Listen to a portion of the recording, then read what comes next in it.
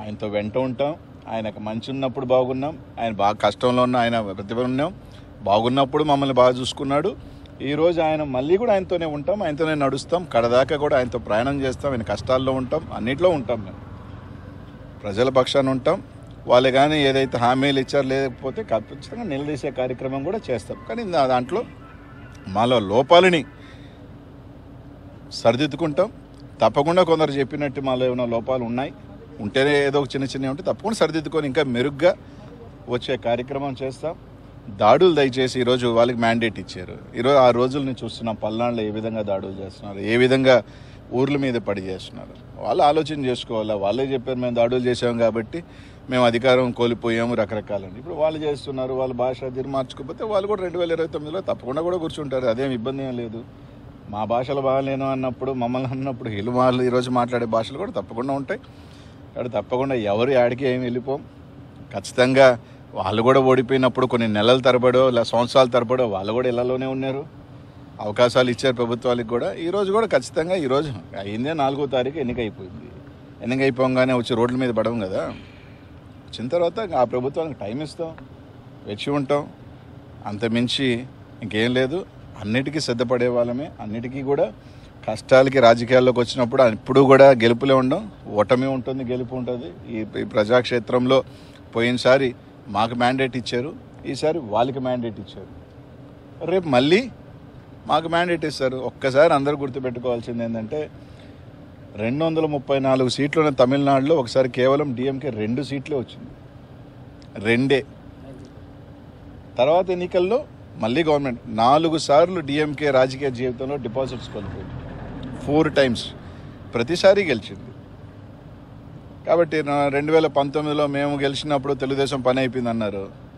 ఇప్పుడు మా పని అయిపోయింది అది అంటున్నారు. సరే 2029కి ఏ విధంగా బౌన్స్ బ్యాక్ అవ్వాలి, ఏ విధంగా ప్రజలకు అండ ఉండాలి అంతా కూడా రచిస్తారు ముఖ్యమంత్రి మా జగనన్న. తప్పకుండా బౌన్స్ బ్యాక్ అవుతాం, తప్పకుండా వస్తామని చెప్పి తెలియజేస్తాం. ఎన్నికల ముందు అనిల్ అనేక ఛానల్ చేశారు, వాటి సంగతి ఏంటంటే టీడీపీలు అడుగుతున్నారు. ఇప్పుడు ఒకసారి మీరు అందరూ ఆలోచన చేయాలా. నేను ఛాలెంజ్ విసిరాను కానీ ఛాలెంజ్ ఎవరు తీసుకోవాలా. ఎలా ఉంటారంటే నేను ఛాలెంజ్ విసిరిన మరి వాస్తవమే. నేను ఛాలెంజ్ చూసినప్పుడు అవతలోడు ఛాలెంజ్ తీసుకుని రైట్ మేము కట్టుబడి ఉన్నాం ఈ ఛాలెంజ్కి అని చెప్పునుంటే బాగుండేది. ఎన్నికలు అయిపోయిన తర్వాత అప్పుడు ఛాలెంజ్ చేసేవి కదా అంటే అలా కాదు కదా. నేను ఒక సవాల్ విసిరినప్పుడు ఆ సవాల్ స్వీకరించేవాడు కూడా స్వీకరించుకొని చేస్తుంటే బాగుండేది. రైట్. ఏదో సామెత ఒకటి ఉంది, హనుమాన్ జంక్షన్లో నాకు బాగా నచ్చిన డైలాగు, గెలిచినోడు చెప్తాడు ఓడినోడు వినాలని. ఈరోజు వాళ్ళు చెప్తున్నారు, మేము వింటాం, పర్వాలేదు. ఈరోజు వాళ్ళు ఏదైనా చెప్తున్నారు, రైట్, వాళ్ళు ట్రోల్ చేసుకుంటున్నారు, చేసుకునే అబ్బాయి ఇబ్బంది ఏం లేదు. ట్రోల్ చేసుకునే స్థాయిలో మేము ఉన్నామంటే మేము ఎదిగినట్టే. We are in public. Good publicity or bad publicity is a publicity. నియోజకవర్గాల మార్పులు ఓటమిలో ఎంతవరకు ఫ్యాక్టర్ పనిచేయండి? ఏమీ ఇప్పుడు పల్నాడులో నాకు 40,000 ఓట్లు ఎమ్మెల్యేల కన్నా ఎక్కువ వచ్చినాయి కదా. అంటే మీ కొరకే కదా, ఓవరాల్ చెప్తున్నా. కాబట్టి అదేం పెద్ద నేను కోరుకోను. ఎందుకంటే ఇంత పెద్ద ఎలక్షన్ దీంట్లో కొన్ని దగ్గరలో చూసుకున్నప్పుడు రకరకాల అనుమానాలు ఉన్నాయి, రకరకాలు ఉన్నాయి. కాబట్టి అదేం పెద్ద ఫ్యాక్టర్ నేను అనుకోను. వేరియస్ రీజన్స్ అన్వేషిస్తూ ఉన్నారు.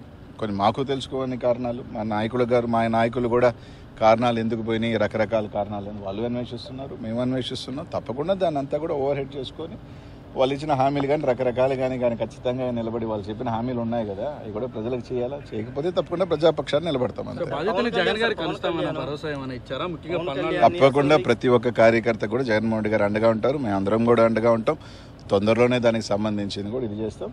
తప్పకుండానే అందరం కూడా ఎప్పుడు కూడా ఏ గవర్నమెంట్కి అయినా కూడా కొంత టైం అనేది ఇస్తారు. ఎవరైనా కూడా ఒక 6 months 1 year దేనికైనా కూడా ఒక స్టార్టింగ్ పీరియడ్ ఉంటుంది. వేచి ఉంటాం. తప్పకుండా వాచ్ చేస్తాం, చూస్తాం. మంచి చేస్తే తప్పకుండా మంచి చేయాలి కోరుకుంటాం. అసెంబ్లీకి గేట్ కూడా తాకనివ్వని నేను అనలేదే. అసెంబ్లీకి పంపించిన అసెంబ్లీకి వెళ్ళడం చెప్పి నేను అనలేదే. జనసేన కార్యకర్తలు పెద్ద ఎత్తున మీ మీద ట్రోల్ చేస్తున్నారు. నేను అనలేదే. మంత్రిగా ప్రమాణ స్వీకారం చేసి తప్పకుండా నేను చెప్పేది అంటే పవన్ కళ్యాణ్ గేట్ దాటలేదు. ఫస్ట్ ఆఫ్ ఆల్ నేను అనలేదు. ఫస్ట్ ఆఫ్ ఆల్ అది నేను అనలేదు, పక్కన పెట్టుకోండి. రైట్. ఇదే పవన్ కళ్యాణ్ గారు గతంలో ఓడిపోయారు, ఇప్పుడు గెలిచారు, అంతే. దాంట్లో ఏముంది. రేపు అనేది మళ్ళీ ఉంటుంది కదా రాజకీయాల్లో. It is cycle. Congress party 10 years ఉంది, 15 years లేదు. చంద్రబాబు నాయుడు గారు కూడా 4 సార్లు ఓడిపోయారు, మళ్ళీ వచ్చారు కదా. అలా అని రేపు రాలేని ఎలా అనుకుంటాం. సరే, ఎవరు అనుకోవటం వాళ్ళ ఉద్దేశంలో మేము రాము అని అనుకుంటున్నారు. మేము ఎలా బౌన్స్ బ్యాక్ అవ్వాలని మేము అనుకుంటున్నాం అంతే.